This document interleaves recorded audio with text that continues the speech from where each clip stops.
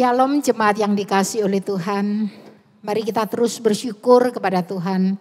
Kalau kita masih dimungkinkan untuk beribadah kepadanya walaupun secara online. Mari saya mengundang kita semua bangkit berdiri. Kita akan mempersiapkan hati kita di dalam beribadah pada hari ini. Kita mengambil saat teduh.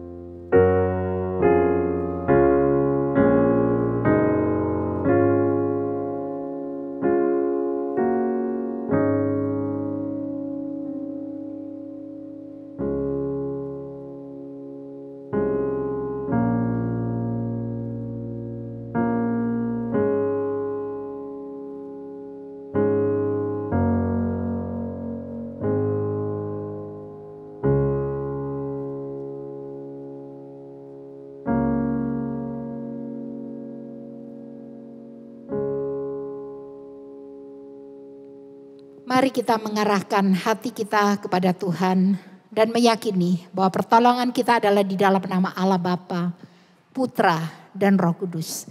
Kiranya Allah Tritunggal menyertai ibadah kita pada hari ini dari awal sampai dengan selesainya. Amin. Hidup di dalam dunia ini tidak luput dari kesulitan, kesedihan, dan juga permasalahan. Namun di dalam Tuhan ada sukacita yang sejati. Oleh karena itu biarlah semua ciptaannya memuji Dia. Dan mari kita memuliakan Tuhan dengan sukacita.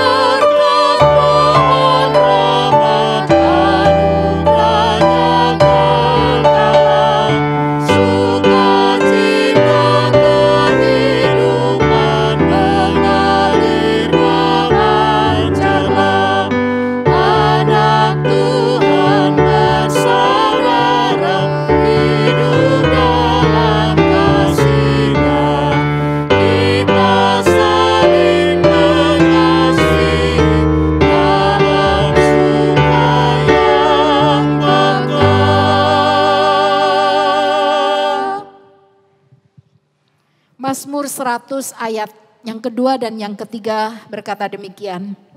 Beribadalah kepada Tuhan dengan sukacita, datanglah ke hadapannya dengan sorak-sorai. Ketahuilah bahwa Tuhanlah Allah, Dialah yang menjadikan kita dan punya Dialah kita, umatnya dan kawanan domba gembalaannya. Jemaat dipersilahkan untuk duduk kembali. Jemaat yang dikasihi oleh Tuhan, Tuhan Yesus sudah mengalahkan maut melalui kematiannya dan juga kebangkitannya. Setiap kita yang percaya kepada Tuhan mendapatkan pengampunan dan hidup yang baru di dalam Dia. Oleh karena itu, hanya Yesus sumber pengharapan di dalam hidup kita.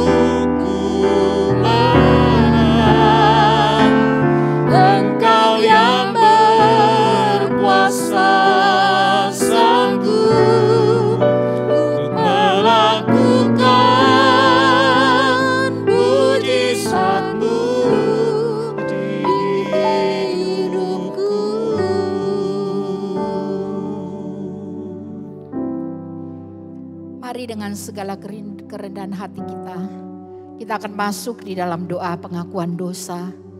Kita mengakui segala hal yang tidak berkenan kepada Tuhan di dalam kehidupan kita. Mari kita berdoa.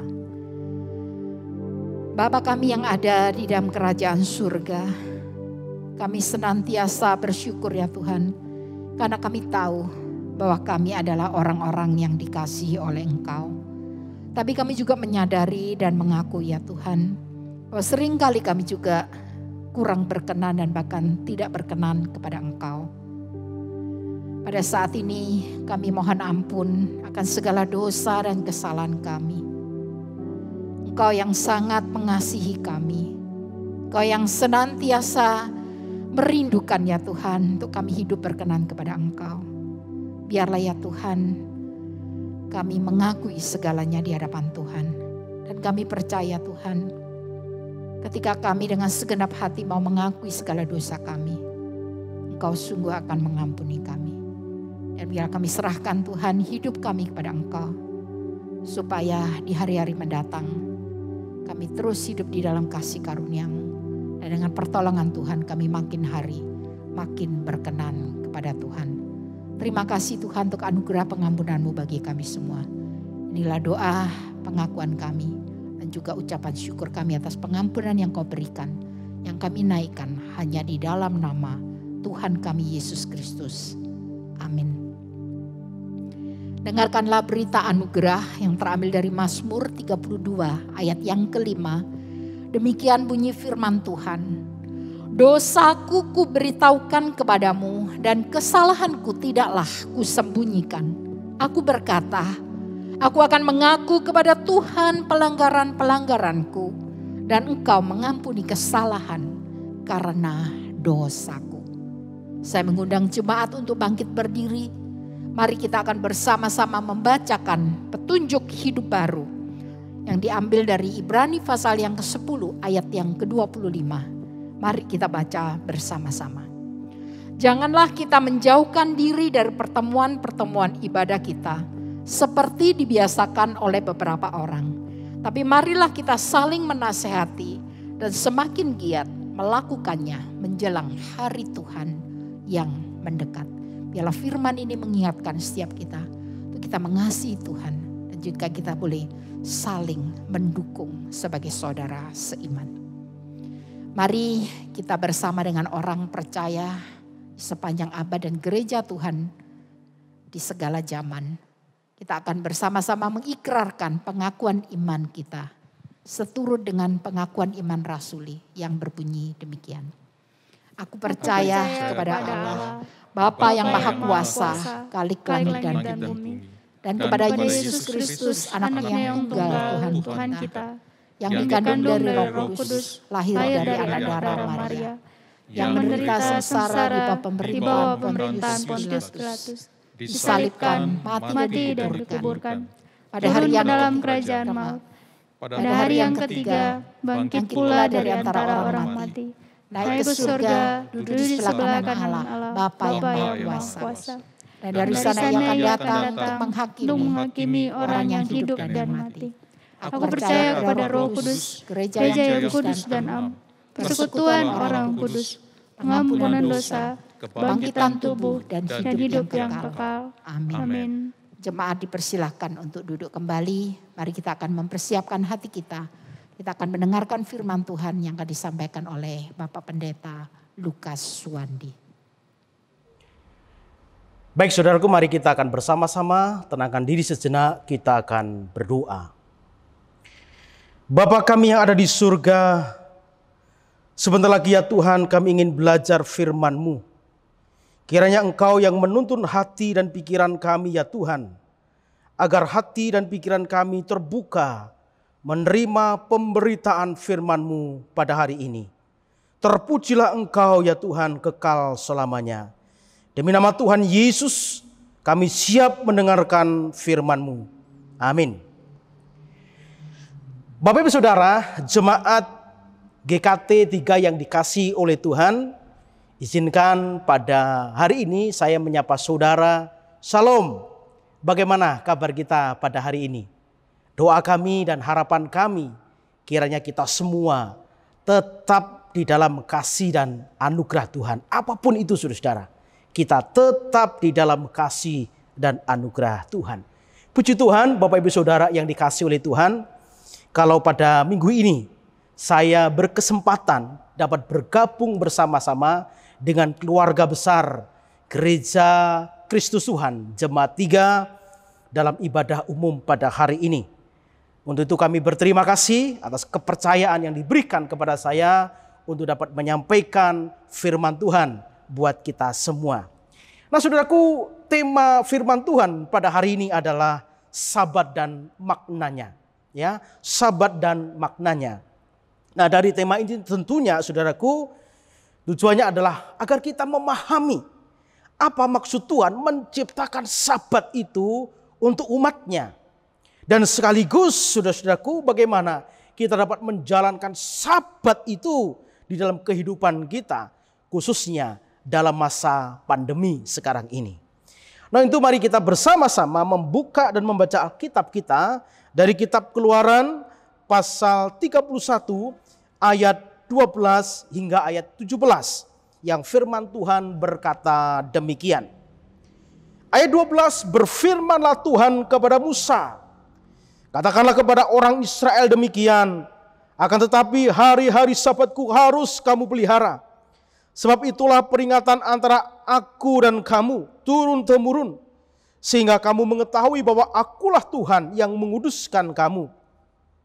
Haruslah kamu pelihara hari Sabat, sebab itulah hari kudus bagimu. Siapa yang melanggar kekudusan hari Sabat itu, pastilah ia dihukum mati. Sebab setiap orang yang melakukan pekerjaan pada hari itu, orang itu harus dilenyapkan dari antara bangsanya. 6 hari lamanya boleh dilakukan pekerjaan, tetapi pada hari yang ketujuh haruslah ada Sabat, hari perhentian penuh, hari kudus bagi Tuhan. Setiap orang yang melakukan pekerjaan pada hari Sabat, pastilah ia dihukum mati. Maka haruslah orang Israel memelihara hari Sabat dengan merayakan Sabat turun-temurun menjadi perjanjian kekal antara aku dan orang Israel. Maka inilah suatu peringatan untuk selama-lamanya. Sebab 6 hari lamanya Tuhan menjadikan langit dan bumi, dan pada hari yang ketujuh ia berhenti bekerja untuk beristirahat. Demikian firman Tuhan, saudaraku. Berbahagialah setiap kita yang membaca, yang merenungkan dan melakukan firman Tuhan dalam kehidupan kita hari lepas hari. Saudaraku, mungkin kita mengenal ada beberapa rambu peringatan, ya, atau tanda peringatan. Nah, tanda peringatan adalah sebuah tanda atau sebuah jenis tanda yang mengisyaratkan sebuah bahaya. Tanda peringatan itu adalah sebuah jenis tanda yang mengisyaratkan adanya sebuah rintangan atau adanya kondisi tertentu yang mengharuskan kita memiliki perhatian yang khusus. Seperti halnya rambu-rambu lalu lintas yang dipasang di beberapa titik jalan raya. Ya, bahkan rambu tersebut tidak hanya satu rambu, tetapi dipasang rambu yang sama di beberapa titik. Nah, hal itu menunjukkan, hal itu mengisyaratkan adanya bahaya yang ada di sekitar jalan tersebut, agar si pengemudi dapat mengemudi kendaraan dengan hati-hati dan terhindar dari kecelakaan. Nah, saudaraku, kalau kita perhatikan firman Tuhan ini yang berbicara tentang perintah yang keempat dari 10 perintah Tuhan, yaitu perintah ingat dan kuduskan hari Sabat. Nah, ini merupakan perintah Tuhan yang sangat serius dan cukup keras. Ada rambu, ada tanda peringatan yang menandakan perintah ini sangat keras untuk didengar dan harus dilakukan. Nah, bagaimana kita tahu betapa kerasnya perintah Tuhan ini, saudara? Ya, dari bentuk hukuman yang diberikan Tuhan bagi mereka yang melanggarnya. Ya, saudaraku, kalau kita perhatikan dalam kitab Keluaran pasal 31 ayat 14 dan ayat yang ke-15, bagaimana Tuhan mengulang sampai 3 kali bentuk hukuman yang sama yang akan dijatuhkan bagi pelanggar hukum ini. Kalau kita perhatikan ayat 14, bagaimana dituliskan bagi orang yang melanggar hukum ini. Tuhan mengatakan bahwa pastilah ia dihukum mati.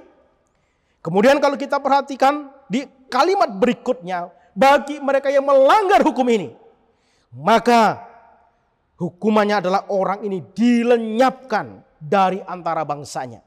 Kemudian dilanjutkan di dalam ayat yang ke-15, bagi orang yang melanggar perintah Tuhan ini, maka di situ disebutkan, diulang kembali, pastilah ia dihukum mati. Jadi kalau kita perhatikan bersama-sama, saudaraku, betapa seriusnya perintah Tuhan yang keempat ini. Saking seriusnya, saudara-saudaraku, perintah ini bukan hanya berlaku bagi manusia, bukan berlaku bagi umat pilihan Tuhan. Tapi kalau kita perhatikan di situ, ini juga berlaku bagi para budak, bahkan juga berlaku bagi hewan. Mereka harus mentaati dengan cara beristirahat. Dan bagi yang melanggar perintah ini, saudaraku, maka hukumannya sangat serius. Yaitu apa? Hukuman kematian. Nah, saudaraku yang dikasihi oleh Tuhan, mungkin kita bertanya di dalam diri kita masing-masing. Apakah sebegitu pentingkah perayaan Sabat itu? Sehingga ancaman Tuhan begitu serius. Bahkan diulang 3 kali dengan kalimat yang keras. Bahkan bagi mereka yang melanggar, hukumannya adalah hukuman mati. Mereka akan dilenyapkan dari muka bumi ini. Saudaraku, memang jika kita memperhatikan dan mengerti makna Sabat hanya sebatas perayaan biasa, ibadah biasa, maka kita akan berpikir bahwa betapa mengerikan, betapa sadisnya Tuhan itu memberikan hukuman kepada umat pilihannya. Namun saudaraku, kalau kita perhatikan dengan benar apa maksud hari Sabat dan mengapa Tuhan menyatakan Sabat itu kepada umat pilihannya, tujuannya adalah karena Tuhan punya maksud yang benar, sehingga hidup kita adalah hidup yang memuliakan Tuhan. Karena bagi mereka, saudaraku, yang dengan tulus menerima dan menjalankan Sabat itu dengan benar, ternyata ada berkat Tuhan yang Tuhan janjikan kepada umatnya. Kita melihat bahwa mereka akan menjadi umat Allah, menjadi milik kepunyaan Allah, di mana Sabat itu menjadi lambang perjanjian antara Allah dengan manusia. Sabat itu menjadi lambang perjanjian, menjadi bukti nyata bahwa saya adalah milik Tuhan dan Tuhan adalah milik saya. Nah, saudara yang dikasihi oleh Tuhan, betapa luar biasanya sebetulnya Sabat itu bagi kita. Makanya karena pentingnya semacam ini, Tuhan memberikan peringatan yang keras bagi umatnya yang melalaikan hari Sabat dalam kehidupannya. Nah, saudaraku yang dikasihi oleh Tuhan, hari ini kita akan belajar bersama-sama mengapa Tuhan menciptakan Sabat, dan sekaligus kita akan belajar apa maknanya Sabat bagi kita orang percaya, sehingga kita dapat menjalankan Sabat ini dalam kehidupan kita sehari-hari. Tidak terbatas di dalam satu hari, di satu tempat, tetapi Sabat itu menjadi bagian penting dalam kehidupan kita. Nah, saudaraku, paling tidak saya mencatat 2 hal yang ingin saya bagikan kepada saudara-saudara jemaat Tuhan GKT 3 terkait dengan Sabat dan maknanya. Yang pertama, saudara-saudaraku, Sabat diberikan oleh Tuhan agar umatnya memiliki waktu yang khusus untuk bersekutu secara pribadi dengan Tuhan. Jadi Tuhan menciptakan Sabat itu kepada umatnya, diberikan kepada umatnya supaya umatnya mentaati, agar umatnya ini benar-benar memiliki waktu yang khusus untuk bersekutu dengan Tuhan. Saudaraku, kata Syabat, saudara ya, kata Syabat dalam bahasa Ibrani itu berasal dari kata kerja syafat. Nah, 2 kata ini memiliki arti yang sama, yang secara harfiah artinya berhenti. Ya, lalu secara universal dapat diterjemahkan istirahat atau suatu masa istirahat. Nah, jikalau kita melihat tentang Sabat, maka pertama-tama kita bisa melihat dalam kitab Kejadian pasal 1 dan pasal yang kedua, mengisahkan di mana Allah menciptakan langit dan bumi serta isinya dalam waktu 6 hari. Kemudian di hari yang ke-7, saudara-saudara, dikatakan bahwa Allah beristirahat atau Allah berhenti. Dan dalam Kejadian pasal 2 ayat 3 dituliskan, lalu Allah memberkati hari ke-7 dengan menguduskannya, karena pada hari itulah ia berhenti dari segala pekerjaan penciptaan yang telah dibuatnya itu. Nah, saudara ini kasih oleh Tuhan, apa yang mendasari Tuhan memberkati dan menguduskan hari ketujuh? Saudaraku, yang mendasari adalah sebetulnya untuk menyatakan bahwa semua karya penciptaan Allah itu telah diselesaikan dengan sempurna. Oleh karena itu hari ketujuh adalah hari perayaan yang menyatakan kesempurnaan Allah. Karya Allah yang begitu sempurna, karya Allah yang begitu luar biasa. Dan dengan kita turut berhenti berarti kita sedang turut serta dalam perayaan sukacita bersama dengan Allah, mengagumi karya Allah, dan sekaligus menikmati keindahan, menikmati sukacita, kesempurnaan karyanya itu. Nah, kita bersyukur saudaraku, kita memuji kebesaran Tuhan atas segala ciptaannya, atas segala karyanya. Kita bisa merayakan bersama-sama. Karena kita adalah anak Allah, milik kepunyaan Tuhan. Kemudian Allah juga menginginkan agar setiap kita umat pilihannya itu dapat beristirahat di dalam Tuhan. Ya, di dalam masa-masa istirahat itu kita bisa menikmati persekutuan yang indah dengan Tuhan. Hal itu juga berarti kita menyediakan waktu secara khusus di mana kita dapat membangun relasi yang indah dengan Tuhan. Saudaraku, betapa indahnya ya kalau kita bisa membangun relasi yang indah dengan Tuhan. Kesempatan kita bisa berjumpa secara pribadi dengan Tuhan. Bisa mendengarkan suara Tuhan yang begitu lembut, yang menguatkan dan meneguhkan kita. Lewat firman-Nya, lewat Alkitab yang kita baca. Kata-kata itu bisa memberikan semangat kepada kita. Memberikan motivasi kepada kita.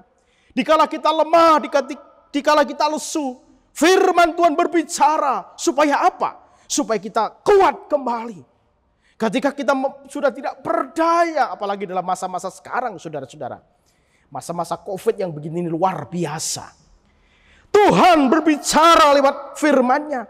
Supaya kita dipulihkan kembali. Ya, di mana kita bisa memandang kemuliaan Allah. Saudaraku, karena itulah betapa pentingnya kita merayakan Sabat di dalam kehidupan kita. Karena memang sejak semula sebetulnya Allah ketika menciptakan manusia, Allah berinisiatif untuk membangun persekutuan antara diri Allah dengan manusia. Allah ingin membangun persekutuan yang indah. Supaya manusia yang bersekutu dengan Allah, manusia semakin mengenal Tuhan. Manusia semakin mencintai Tuhan. Hidup takut akan Tuhan. Hidup menyenangkan hati Tuhan. Bersyukur untuk kasih anugerah Tuhan yang diberikan. Sebetulnya Allah yang berinisiatif, saudara-saudaraku. Dan ketika manusia bersekutu dengan Tuhan, Tuhan Yesus menggambarkan hubungan dirinya dengan jemaatnya ibarat seperti pokok anggur dengan ranting-rantingnya. Bukankah kita bisa melihat ranting-ranting itu dapat bertumbuh. Ranting-ranting itu dapat hidup. Ranting-ranting itu dapat menghasilkan buah kalau ranting-ranting itu tinggal tetap di pokok anggur. Selama ranting itu tetap di pohon anggur, dijamin ranting itu bisa hidup. Tapi kalau ranting itu sudah mulai lepas satu demi satu dari pokok anggurnya, bisa jadi bukan hanya tidak berbuah, tapi ranting itu akan mati. Nah, saudaraku ini kasih oleh Tuhan, betapa indahnya kalau kita bisa menghargai dan memaknai Sabat itu di dalam kehidupan kita. Kita juga bisa mengalami berkat Tuhan yang begitu luar biasa. Keindahan yang Tuhan berikan itu kepada kita. Ada berkat yang bisa kita nikmati. Dan berkat itu bukan hanya kita nikmati pada hari Minggu saja, saudara. Tetapi berkat Sabat itu juga dapat kita nikmati sepanjang hidup kita. Bagaimana kita bisa tinggal bersama dengan Kristus. Bagaimana Kristus itu menguasai hidup kita dan menjadikan kita anak-anak Tuhan. Saudaraku, luar biasa. Itu yang pertama. Yang kedua, saudaraku. Yang kedua, mengapa Tuhan menciptakan Sabat. Dan sekaligus kita belajar juga maknanya Sabat bagi orang percaya. Yang kedua adalah Sabat diberikan Tuhan agar umatnya memiliki waktu untuk dapat mengelola pekerjaan dengan sebaik-baiknya. Saudaraku yang dikasihi Tuhan, dari perintah Tuhan ini ada pelajaran yang menarik untuk kita perhatikan. Yaitu apa? Prinsip sebuah cara pengelolaan waktu dalam pekerjaan. Nah, apa maksudnya saudaraku? Ingat saudara-saudara, kita hidup di dunia ini memiliki waktu 24 jam selama satu hari. Kita hidup di dunia ini memiliki waktu 7 hari selama satu minggu. Nah, dari 24 jam, dari 7 hari yang kita gunakan, ingat saudaraku, bahwa tidak bisa semua hari itu kita gunakan hanya untuk bekerja. Baik tenaga kita, baik pikiran kita, ingat tidak hanya cukup kita hanya pikirkan untuk bekerja. Manusia perlu melepaskan diri. Manusia perlu membiarkan diri untuk tidak dikuasai oleh beban kerja yang menindih hidup kita. Jika kita perhatikan begitu banyak orang yang stres gara-gara pekerjaan. Memikirkan pekerjaan. Bekerja karena persaingan yang begitu ketat. Sehingga all out bekerja dengan luar biasa. Sementara tanpa menyadari bahwa tubuh fisiknya itu adalah lemah dan terbatas. Jika kita tidak imbangi dengan waktu untuk beristirahat yang cukup, hal itu tentu membuat menurunnya daya tahan tubuh manusia. Ya, apalagi dalam masa pandemi ini saudaraku. Kalau kita tidak bisa mengatur waktu dengan baik, maka virus COVID-19 ini akan begitu mudahnya menyerang kita. Dan kita bisa terpapar. Ya, tidak karu-karuan. Nah saudaraku, itulah sebabnya maka selain manusia itu beristirahat dan mereka pergunakan untuk mendengarkan suara Tuhan lewat firman-Nya yang kita baca. Ya, supaya kebutuhan rohani kita terpenuhi, namun kesempatan yang baik juga kita miliki. Yaitu bagaimana kita dipulihkan oleh Tuhan. Ya, kekuatan fisik kita dipulihkan selama 6 hari kita bekerja.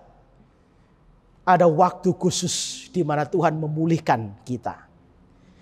Nah, saudaraku, bukankah hal ini juga sesuai dengan firman Tuhan? Dalam firman-Nya, ya, Injil Matius pasal 11 ayat 28. Tuhan Yesus berkata, marilah datang kepadaku semua yang letih lesu dan berbeban berat. Aku akan memberikan kelegaan kepadamu. Ya, aku akan memberikan kelegaan. Di mana kita mendapatkan kelegaan? Ketika kita mencari Yesus. Kita bertemu dengan Yesus. Maka saudara dan saya akan menemukan kelegaan yang sejati.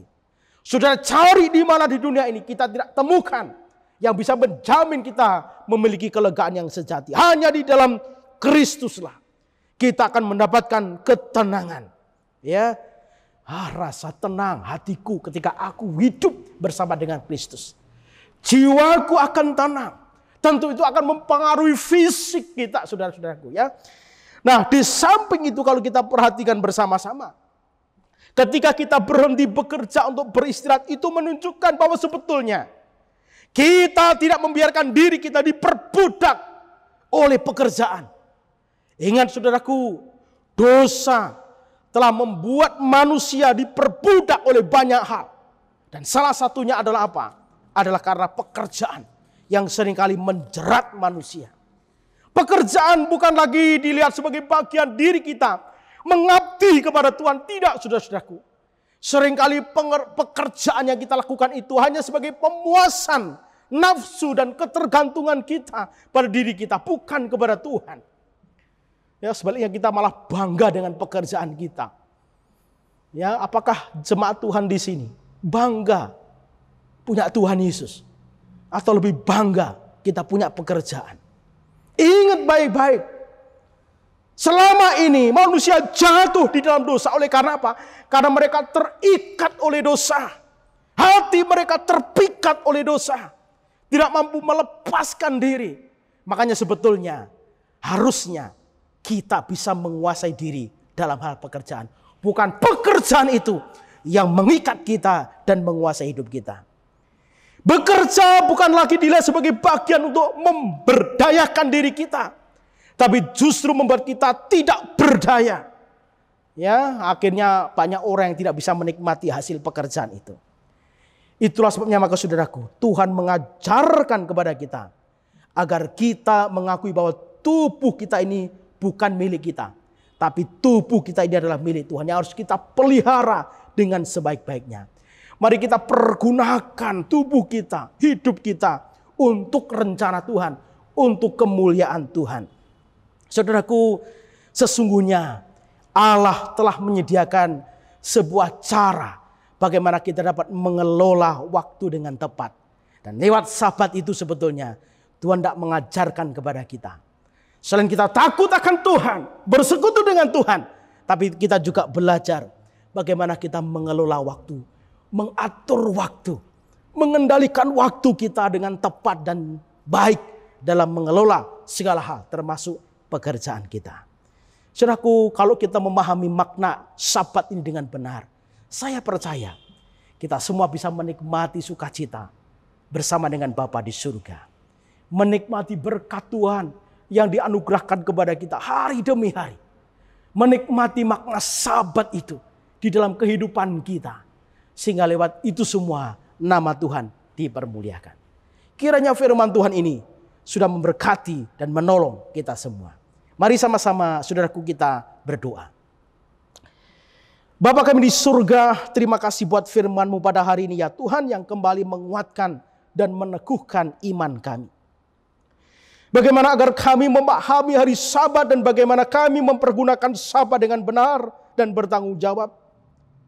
Kami ini adalah milik-Mu ya Tuhan. Seharusnya kami memiliki hati untuk bersekutu kepada Tuhan. Memiliki hati dan hidup yang mempermuliakan Tuhan. Ampuni ya Tuhan jika selama ini kami jauh dan tidak hidup sesuai dengan firman-Mu. Bersama dengan Engkau ya Tuhan, kami pasti dikuatkan. Kami percaya Tuhan, Engkaulah yang memampukan kami untuk menjadi pelaku-pelaku firman-Mu. Terpujilah Engkau ya Bapa kekal selamanya. Segala puji, hormat, kemuliaan hanya bagi nama-Mu. Demi nama Tuhan Yesus kami berdoa dan bersyukur. Haleluya. Amin. Demikian firman Tuhan. Tuhan Yesus memberkati kita semua. Amin. Tuhan memberikan kesempatan bagi kita untuk kita berhenti sejenak dari segala kesibukan kita. Sehingga ada waktu bagi kita untuk beribadah kepadanya. Ada waktu bersama keluarga dan juga kita boleh menenangkan diri di hadapan Tuhan. Semua itu diberikan untuk kebaikan kita. Mari kita bersyukur kepadanya. Kita menyanyikan sebuah lagu, Oh Hari Istirahat, sambil kita memberikan persembahan.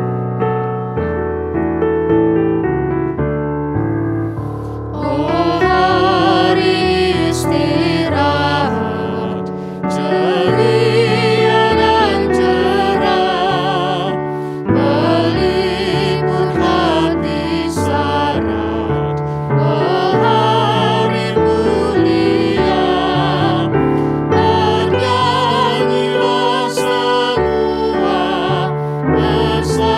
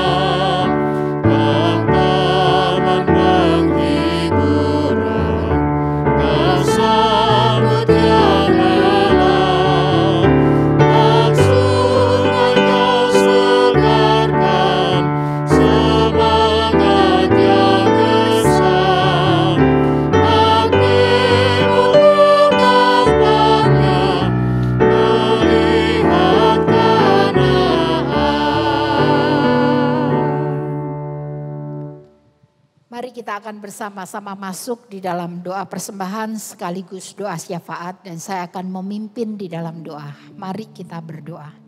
Bapa kami yang ada di dalam kerajaan surga, kami mengucap syukur Tuhan untuk segala berkat dan cinta kasih-Mu di dalam hidup kami. Sehingga ya Bapa, walaupun di tengah-tengah keadaan yang tidak mudah dan bahkan mungkin banyak di antara kami yang juga mengalami kesulitan. Tapi kalau kami ada sampai dengan hari ini, kami boleh tetap beribadah. Kan kami boleh memberikan persembahan. Kami tahu semua itu adalah karena kasih-Mu bagi kami semua. Oleh karena itu kami ingin membawa persembahan kami kepada Engkau. Dan biarlah Engkau berkenan kepada hati yang memberi dengan sukacita. Supaya dengan demikian persembahan ini boleh dipakai Tuhan. Untuk boleh menjadi alat Tuhan di dalam pekerjaan Tuhan. Bapak, pada saat ini kami juga bersama-sama berdoa mengingat saudara-saudara kami, teman-teman, saudara seiman dan juga jemaat GKT 3 dimanapun mereka berada. Kami serahkan mereka semua ke dalam tangan kuasa-Mu. Mungkin ada di antara mereka yang sakit atau mungkin juga lanjut usia. Dan secara fisik mereka mengalami kelemahan. Biarlah mereka semua dikuatkan dan mereka semua tetap berharap kepada Tuhan. Bagi keluarga yang mendampingi, biarlah juga diberikan kepada mereka kasih dan ketekunan untuk boleh mendampingi keluarga mereka yang sakit. Kami berdoa juga bagi jemaat yang bergumul karena mungkin kekhawatiran akan masa depan, ketakutan dengan banyak hal yang terjadi pada saat ini. Bapa, kami serahkan mereka semua dalam tangan kuasa-Mu supaya mereka tetap menaruh pengharapan mereka hanya kepada Engkau. Kami juga berdoa Tuhan untuk mereka yang juga mengalami pergumulan di dalam pekerjaan, di dalam keluarga. Biarlah Tuhan Kau buka jalan. Dan mereka sungguh-sungguh boleh mengandalkan Tuhan di dalam segala yang mereka alami. Dan terlebih kami berdoa untuk iman kerohanian daripada setiap jemaat Tuhan. Supaya kami terus makin dekat kepada Tuhan. Dan kami makin bertumbuh di dalam Tuhan. Kami juga berdoa pada saat ini bagi bangsa dan negara kami Indonesia. Tengah-tengah situasi yang makin tidak mudah ini Tuhan. Kami berdoa biarlah Engkau yang memberikan kepada kami kesadaran Tuhan. Kami sungguh boleh mengikuti himbauan pemerintah. Supaya melalui semuanya itu, maka pandemi ini Tuhan boleh terkendali. Dan biarlah kami berdoa bagi bangsa dan negara kami. Di tengah-tengah kesulitan baik secara ekonomi, maupun banyak hal yang terjadi Tuhan. Kau yang campur tangan, berikan hikmat kepada pemerintahan kami. Bisa kami berdoa bagi Bapak Presiden sebagai pimpinan negara ini. Tuhan sungguh berikan hikmat dan kekuatan. Supaya dengan demikian ya Tuhan, segala permasalahan yang ada ini boleh dihadapi, diatasi, dan diselesaikan dengan baik. Terima kasih ya Bapa di surga, inilah doa kami Tuhan. Di dalam nama Yesus kami berdoa. Amin. Saya mengundang jemaat untuk bangkit berdiri. Kita akan mengembalikan segala kemuliaan bagi Tuhan. Kita mengakhiri ibadah kita hari ini dengan menyanyikan doksologi. Doa berkat akan disampaikan oleh Pendeta Andrew dan kita tutup dengan pujian. Amin.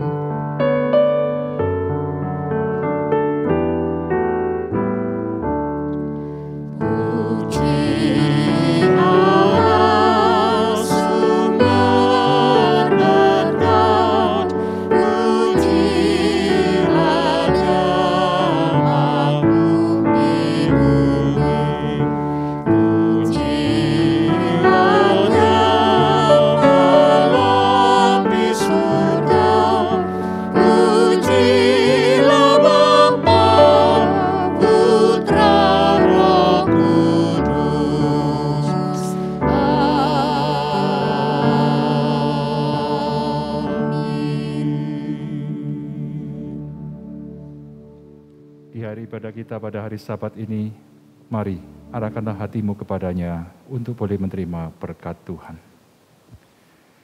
Kiranya Allah Bapa memberkati engkau dan melindungi engkau. Dan putranya Yesus Kristus menyinari engkau dengan wajahnya dan memberikan engkau kasih karunia.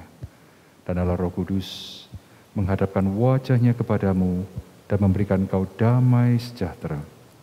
Mulai saat ini sampai selama-lamanya. Amin.